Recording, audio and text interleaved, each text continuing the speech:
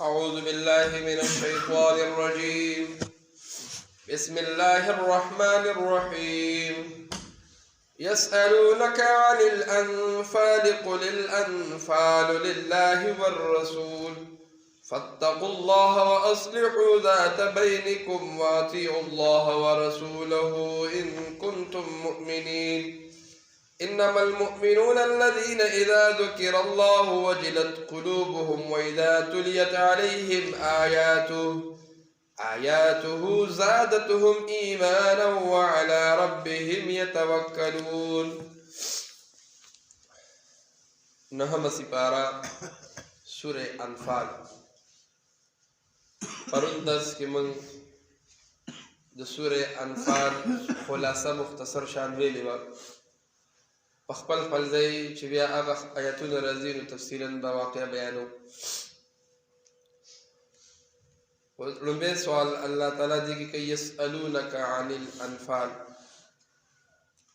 تپوس تانه د مال غنیمت کوي. نو چونکې دا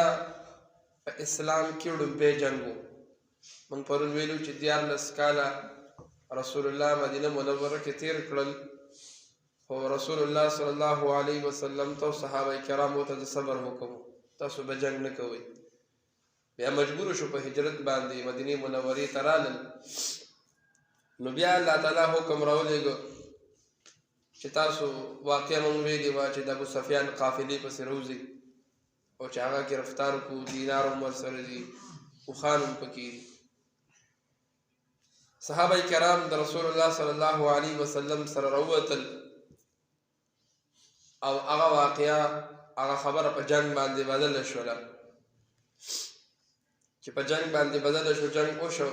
مسلمانانو ته الله تعالی فتح ورکړله. واقعه موږ پرون ویلې وه تفصیلا. نو خبره دا وه چې کله به د کفارو د مسلمانانو جنګ و، نو پخوا به جنګ داسې و چې هغه به یو ورځ دوه به نه و، بلکې هغه به د میاشتو سفر هغه یې کولي، یو ځای ته به راتلل، یو ځای به ټاکلی او هغه ځای به یې جنګ کو. نو د ځان سره به څاروي به راوستل، د ځان سره به چې کور کې سره زر او سپین زر او کم مال روپۍ دینار چې څه و دا به یې به راوړل، ښځې او بچي به یې به راوستل. جنګ وشو، کافران وتښتېدل، مسلمانان له الله تعالی فتح ورکړله. هغې چې ځان سره کم مال دولت راوړو هغه په میدان جنګ کې پاتې شو. نو څه خلک نوجوانان د کفارو پسې شو، هغوی مخکې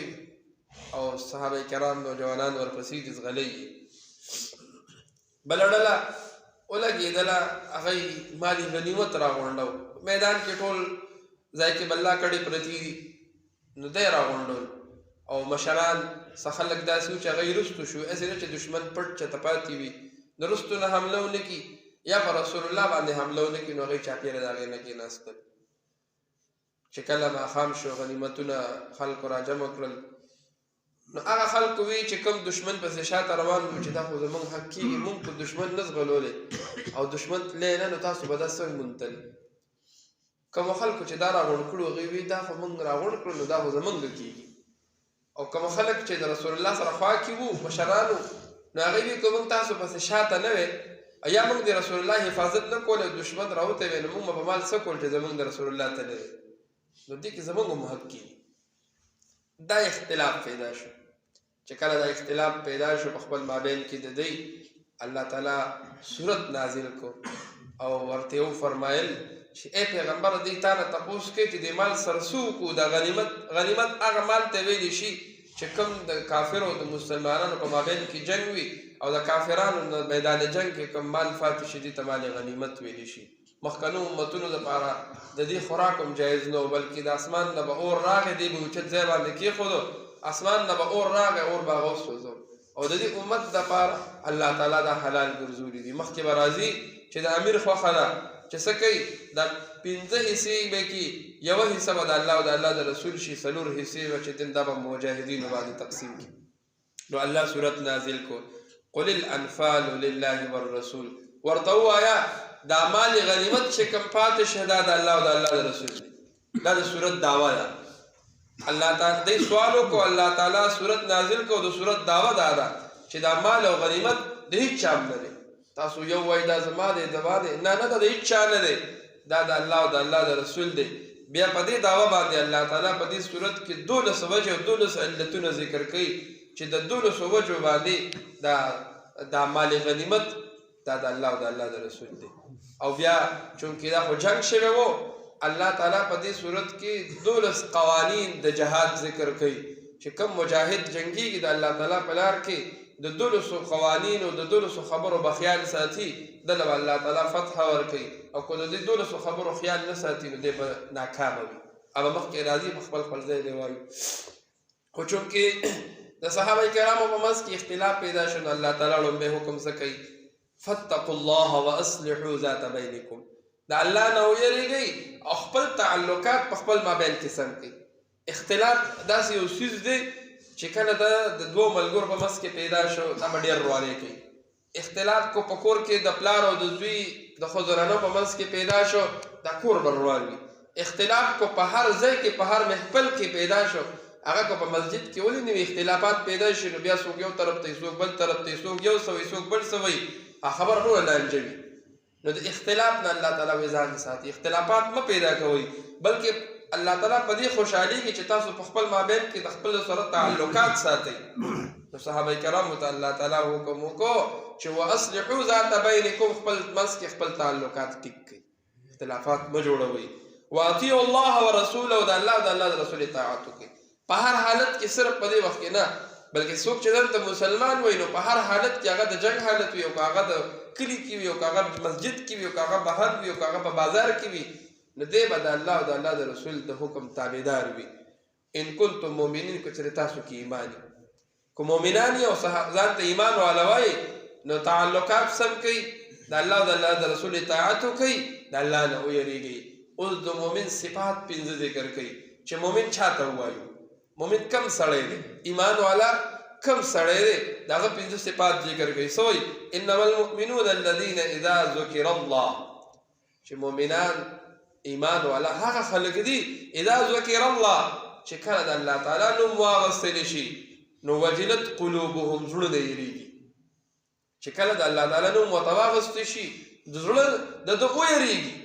او حقیقت کې دیم داسې چې بعض ټیم کې څوک ګناه یا څه کوي لکه د الله نه نه یریږي نو هغه زړه بالکل ویریږي چې دا بس څه کومه قبر کې بس کومه دا واقعي ته خو غلط باندې یم یا هسې هم د الله تعالی نوم ولا څوک مخې ته کي د الله نوم وویني نو زړه کې یره خوف پیدا شي چې الله تعالی به ما ویني او الله تعالی مخې ته به ودرېږم، دا قسم عذابونه دي دې کې به زه څه کومه.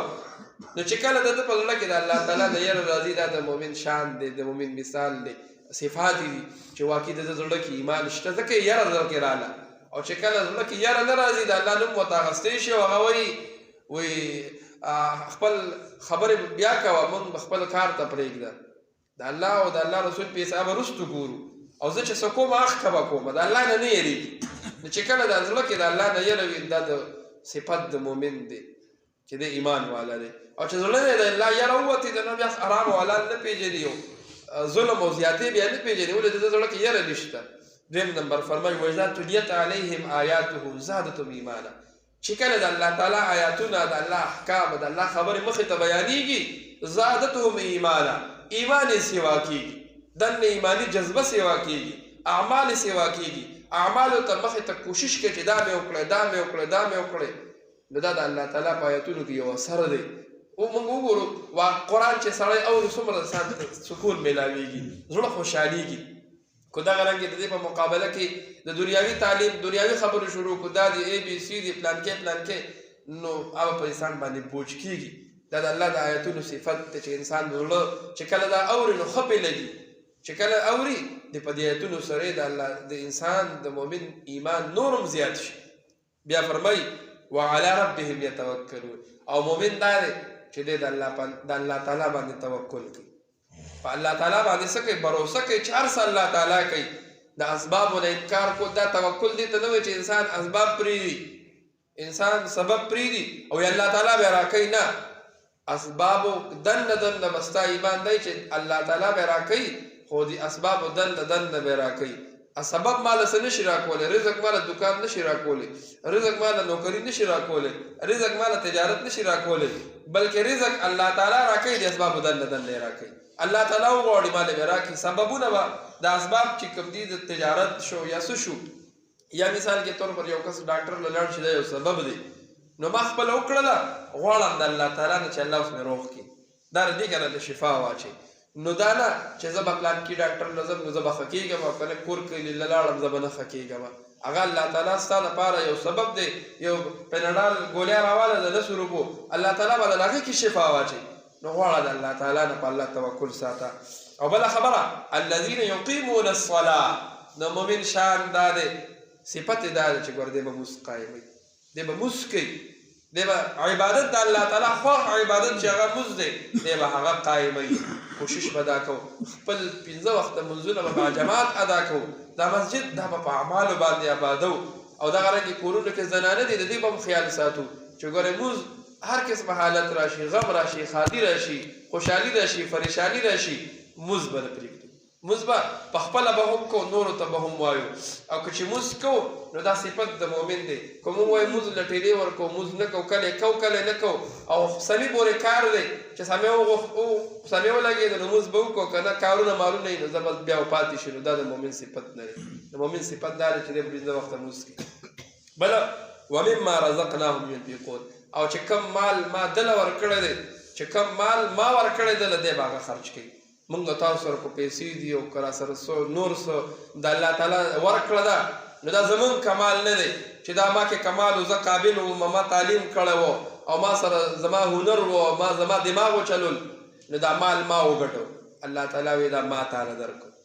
ومما رزقناهم او د هغه مال نه الله وایي چې ما درکړی دی نو که هر کس سره څومره مال دی دا د الله تعالی ورکړه ده نو دی به د دې نه څه کوي دی به د دې نه خرچ کوي په خرچ کې زکات راځي صدقات راځي خیرات راځي په خپل ځان لګول راځي په خپلو بچو لګول راځي دا په ټولو کې دا په خرچ کې راځي نو کوشش به کوو د الله په نوم باندې به مال هم ورکوو په خپل ځان به هم لګو صدقات او خیرات به هم کوو چې کوم واجبي زکات دی لکه مثال کې طور پر د زمیندارو دپاره عشر دی یا لسمه ده یا شلمه ده دا خو به هم ورکوو په دې کې هم خرچ راځي یا دغه رنګې څلوېښتمه روپۍ ده د زکات حساب به کوو په هغې کې دغه مال دا به د الله تعالی په نوم باندې ورکوو مصارف یې کم دي په چمګاونه کې غریبانان مسکینان د زکات حقدار هغه غریب دی صدقات او خیرات د هدیه هر چا له ورکولی شي نو کوشش به دا کوو چې خپل مال به هم لګو الله تعالی به دا 5 صفات چې مې درته کوم ذکر کړه اولئک هم المؤمنون حقا دا ایمان والا دي حقا د دې ایمان مکمل دی لهم درجات عند ربهم د دې دپاره درجې دي ومغفرة عند ربهم او بخنه ده په نزد رب د دې ورزق کریم او رزق عزتمند دی رزق عزتمند دی نو کوشش وکړو چې کومې خبرې اورو دا د دې دپاره الله تعالی موږ تاسو ته بیانوي چې عمل پرې وکړئ الله دې د عمل کولو توفیق رانصیب